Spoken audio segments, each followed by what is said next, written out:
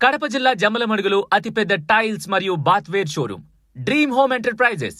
మా వద్ద నాణ్యత, మన్నిక మరియు సరికొత్త డిజైన్లతో చేసే ఫ్లోర్ టైల్స్, వాల్ టైల్స్ మరియు బాత్వేర్ లభించును.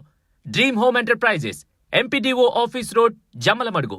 అలాగే గౌరవనీయులైనటువంటి వివేకానంద రెడ్డి గారి విషయం పైన పదే పదే మీటింగ్లలోకి వచ్చి ఈ ప్రాంతాలలో ఆయన బాబాయిని చంపాడు అని మాట్లాడుతున్నాడు. నీకు సిగ్గుందా చంద్రబాబు నాయుడు గారు?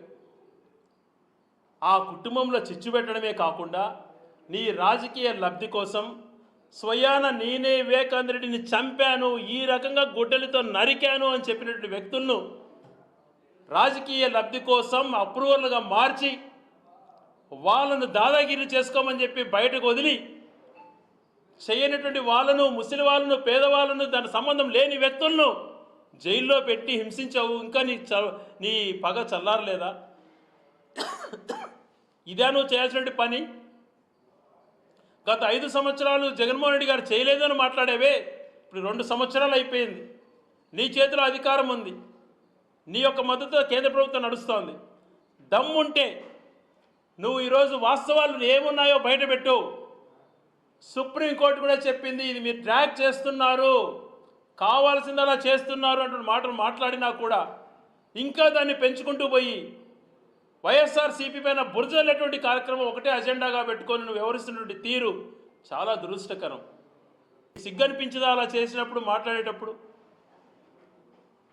ఆ కుటుంబం పైన అలాంటి ఆరోపణలు చేస్తున్నావే పదే పదే. ఇంకా ఎన్ని రోజులు ఇలాంటి మాటలు మాట్లాడతావు? వాస్తవాలు అందరికీ తెలిసాయి కదా. తెలిసినా కూడా ఇలాంటివి మాట్లాడుతూ ఉండడం ఎంతవరకు సమంజసమో ఒకసారి ఆలోచన చేసుకోమంటున్నాను. ఆయన చేసేటువంటి మాటలు ఎలా ఉంటాయో ఈరోజు రాష్ట్ర ప్రజలంతా కూడా గమనించారు. ఆ రోజు వైఎస్ఆర్ కాంగ్రెస్ పార్టీ 9 లక్షల కోట్లు, 10 లక్షల కోట్లు అప్పులు చేసిందని మాట్లాడిన వ్యక్తి రికార్డెడ్ పూర్వకంగా 3,31,000 కోట్లు అన్నటువంటి తేలిన తర్వాత, అది కూడా ఆయన 14-19లో మధ్యన చేసిన అప్పులతో కలిసి ఈ రోజున ఈ 2 సంవత్సరాలలోనే 3,31,000 కోట్ల పైగా అప్పు చేసావే, దీన్నేమనాలి? మనకు ఈ కేసును అన్ని రకాల ట్రాన్స్పరెంట్గా జరగాలన్న ఉద్దేశంతోనే అన్ని రకాల జరిగాయి. మ్యానిపులేషన్ కొద్ది అక్కడ జరుగుతున్న విచారణ ఏంది, వాస్తవాలు ఏందని చెప్తున్నా కూడా మరొక పక్కన తనకున్నటువంటి వ్యవస్థలతో ఇంకో రకంగా దుష్ప్రచారం చేయిస్తూ మాట్లాడడం. ఒక వ్యక్తి, ఇప్పుడు మీరే ఉన్నారు, మనకున్నటువంటి చట్టాల్లో కొన్ని లోగుసులు ఉండొచ్చేమో, కొన్ని వాళ్ళు బయటపడేదానికి ఏదైనా అవకాశాలు ఉండొచ్చేమో. ఇది అప్రూవర్ అన్నటువంటి ఒక కాన్సెప్ట్ని వాడుకొని ఒక మనిషి నేనే చంపాను ఆ వివేకానంద రెడ్డి గారిని, ఈ రకంగా మెడలో కత్తితో నరికాను, గుండెపైన కత్తితో నరికాను అని చెప్పిన వ్యక్తిని అప్రూవర్ అనే పేరుతో బయట చేస్తున్నటువంటి వ్యవహారాలన్నీ మీకు తెలియని అంశాలా? ఇలాంటివి చేయాల్సింది రాజకీయ నాయకులు. అటువంటి వాళ్ళని ప్రోత్సహించవచ్చా? ఇలాంటివి చేసుకుంటూ పోతే ఎలా వాస్తవాలు బయటకు వస్తాయి? ఒక మాట పదే పదే అంటున్నాడు చంద్రబాబు నాయుడు గారు. నిజంగా నాకు కూడా చాలా నవ్వు వస్తుంటుంది.